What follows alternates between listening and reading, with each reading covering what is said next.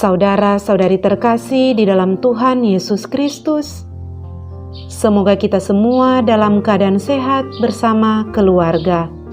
Saat ini marilah kita mendengarkan bacaan kitab suci dan renungan harian Minggu 7 Maret tahun 2021. Bacaan pertama. Bacaan dari kitab Keluaran.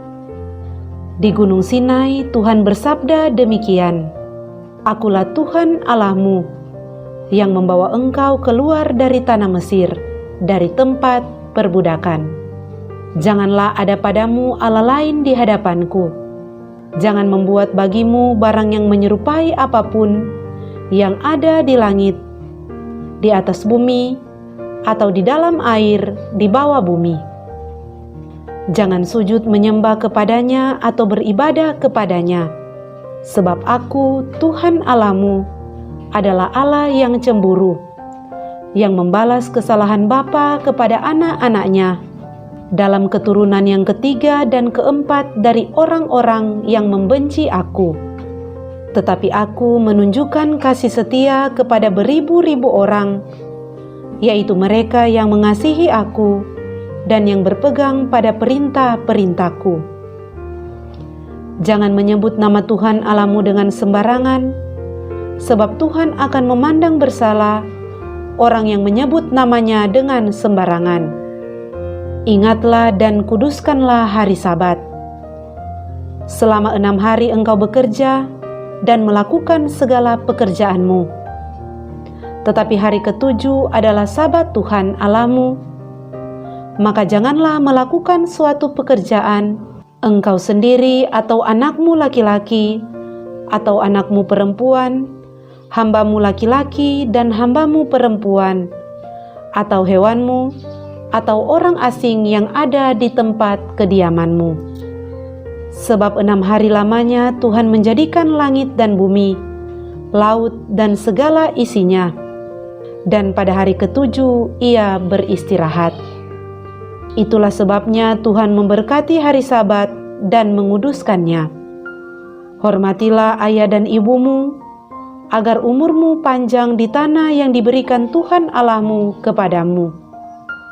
Jangan membunuh, jangan berzinah, jangan mencuri, jangan bersaksi dusta terhadap sesamamu, jangan mengingini rumah sesamamu, jangan mengingini istrinya, atau hambanya laki-laki, atau hambanya perempuan, atau lembunya, atau keledainya, atau apapun yang dipunyai sesamamu.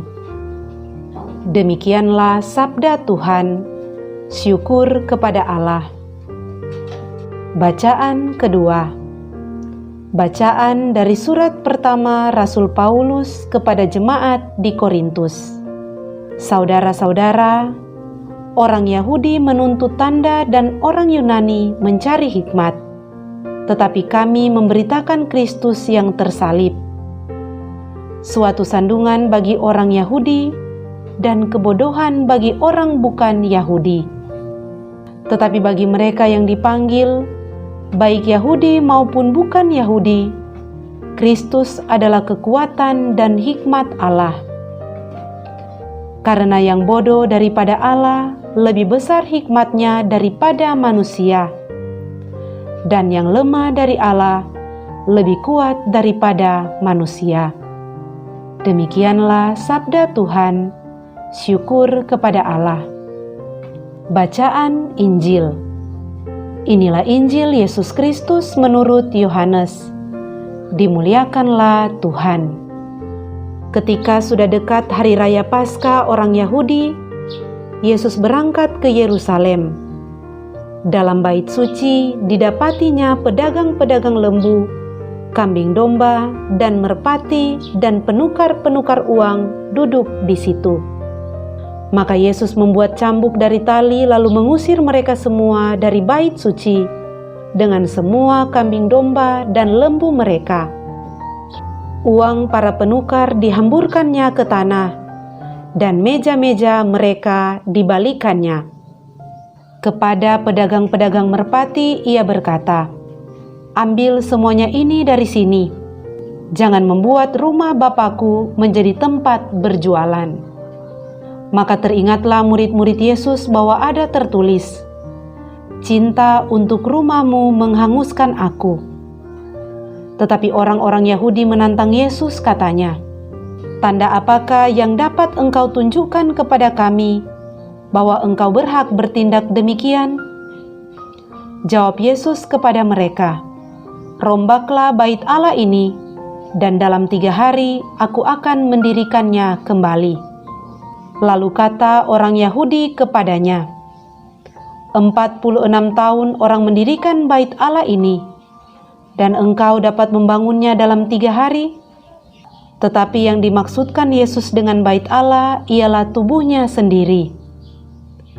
Sesudah Yesus bangkit dari antara orang mati, barulah teringat oleh murid-muridnya bahwa hal itu telah dikatakannya.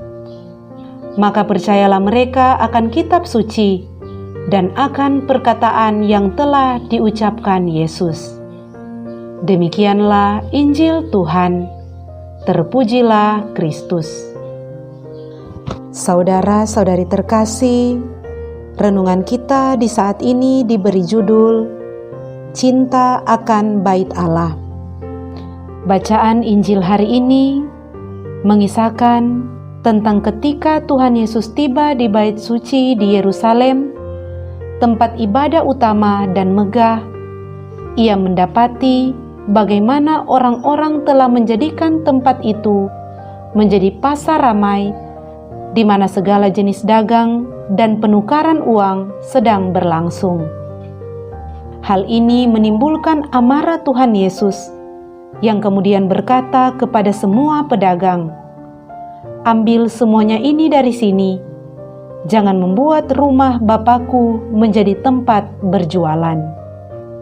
Saudara-saudari terkasih, yang menjadi keberatan Tuhan Yesus bukanlah masalah perdagangan itu sendiri, namun yang salah adalah dilakukan di kompleks bait suci, yang merupakan rumah Bapa, rumah tempat beribadah. Ekspresi kemarahan Tuhan Yesus ini menunjukkan akan cintanya kepada rumah Bapa. Ekspresi ini kemudian menyadarkan dan mengingatkan para murid akan kata-kata pada Perjanjian Lama, "Cinta untuk rumahmu menghanguskan aku." Saudara-saudari terkasih, dalam kondisi ini, manusia sulit melihat ekspresi cinta yang muncul karena Tuhan Yesus mengasihi rumah Bapanya. Karena manusia cenderung berpikir negatif jika tindakan itu merugikan mereka.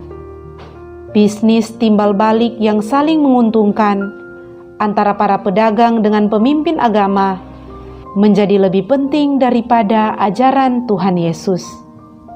Rasa takut manusia seringkali muncul kalau berhadapan dengan otoritas dan kekuasaan. Hal ini terlihat dari sikap masyarakat Yahudi yang meminta tanda serta mempertanyakan otoritas Tuhan Yesus yang melarang mereka berjualan di bait Allah. Hal-hal ini membuat mereka tidak mampu untuk melihat ekspresi cinta atau tanda cinta dari Tuhan Yesus. Dalam bacaan Injil hari ini, Tuhan Yesus kemudian menunjukkan bahwa bait Allah yang sesungguhnya adalah dirinya sendiri, yang mereka bunuh tetapi akan bangkit dalam 3 hari. Karena Tuhan Yesus berkata, "Rombaklah bait Allah ini, dan dalam 3 hari aku akan mendirikannya kembali." Saudara-saudari terkasih, tindakan Tuhan Yesus yang marah dengan orang-orang yang berjualan di sekitar bait Allah memperlihatkan 2 hal, yaitu menegur perilaku yang salah dan tidak benar, serta mempertegas bahwa tempat kudus patut dihormati. Saudara-saudari terkasih, bacaan Injil hari ini mengajak kita untuk semakin menghormati rumah Allah atau bait Allah terlebih menghormati Tuhan Yesus sebagai bait Allah yang sesungguhnya. Marilah berdoa. Allah Bapa di surga, tolonglah kami untuk selalu menghormati tempat kudus-Mu dengan benar, dan bukalah hati kami untuk menerima kehadiran Putra-Mu sebagai Tuhan dan Juru Selamat kami, sebab Dialah Tuhan dan pengantara kami. Amin.